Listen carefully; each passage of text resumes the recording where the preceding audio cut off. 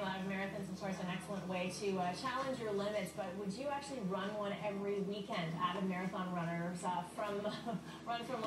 run like a Clydesdale. David DeNeire is here. He's participated in the Rock and Roll Marathon for 2 years in a row now, and we are looking at your medals here. This is unbelievable. So he brings out this knapsack and he's just pulling these medals out. And I was saying to you, I had no idea the medals were so cool looking.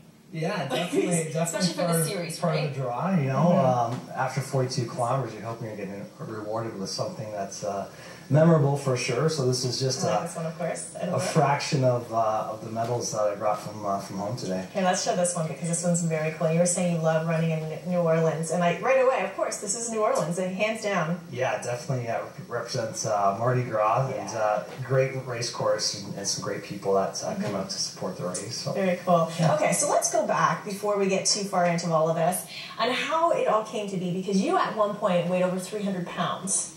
Yeah. That's got to be hard for you even just to fathom that. You know, it's... But you lived it. I did, and you know, I've been battling with my weight for most of my life, and always kind of found that cardio was definitely the ticket for me to control my weight. And what started just over really 3 years ago was just a way to get together with some friends. And just over 3 years ago? Yeah, well, that's how soon this is really. Yeah, so just in the last 3 years, it's been 115 plus races all over the world, and you know, it started off as a way to be social with some friends, and then there was a challenge out there for a half marathon, and then I kind of fell back to unfortunately being lazy, and I took about 18 months off, and then challenged myself to run 9 half marathons in 9 weeks, and then.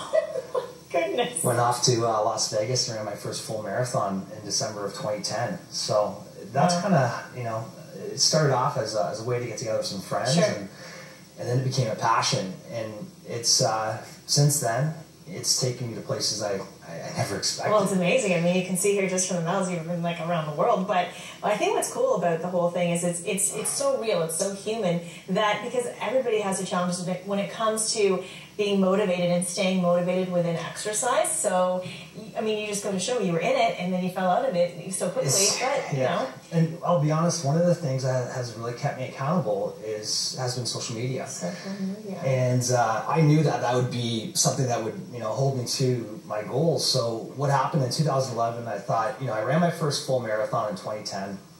It was an experience that I'll never forget. And I thought, you know, if I can do 1 marathon, I can do 12 marathons. So in 2011, I decided I was going to run 12 marathons in 12 months. Right? Well, that then turned into 12 marathons and 12 half marathons in 12 months. And so you're actually just really like into it. Like this is, look at all, there's all your medals. So we only have just a small portion of, so wow, you've actually created your own area, your own room for, I was going to say, for... Look at that! That is unbelievable. Thank you. Yeah, it's been quite a wild experience. Last year, I came up with a goal of running 50 races in 50 weeks in 5 different countries. Ended up running 51 races and traveled 146,000 kilometers around the world to do this. And I've met some amazing people along the way. Oh, what an experience! I was just thinking about reflecting back to last year at this time. I was in LA and I was running with Will Ferrell, of all people. No way! And it was just he can run? Yeah, in fact, I'm not going to lie, actually. He took off in front of me. So we ran for about 6 miles together, and we'll say that I lost a shoelace or something like that and had to pull over. But no, Will, he can definitely do more than just go figure. Streaking on the quad. Isn't that amazing? But so let's just talk about your body for a moment too. Like how has, you know, sometimes people find, you know, after running a period of time that their body just can't take it. Have you had any sustainable injuries? Or? You know, I've been very lucky, knock on wood, that I haven't had anything that's really kept me back. I did have a bit of an injury last year with plantar fasciitis. Sure, that makes sense. But I was running a full marathon in Denver on the Saturday, took off Saturday afternoon, flew to Montreal, and ran to Montreal. Ran to Montreal, the full marathon in Montreal the next day. Goodness. And it wasn't until halfway through that race that I started to get this aching pain in my foot. But no, I'm surprised that I wouldn't necessarily recommend running as many as I have by any means. It's a little excessive. I'm not gonna lie. But it's amazing what you can push your body to do. Yeah, I was gonna say you've challenged yourself and you have succeeded and you've had a great time doing it.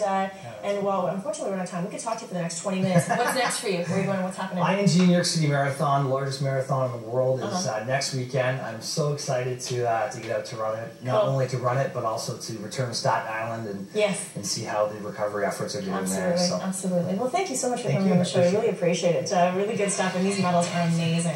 We're going to head to break, and I'm going to keep on looking at these. So fun. Well, here's the last guy, isn't it?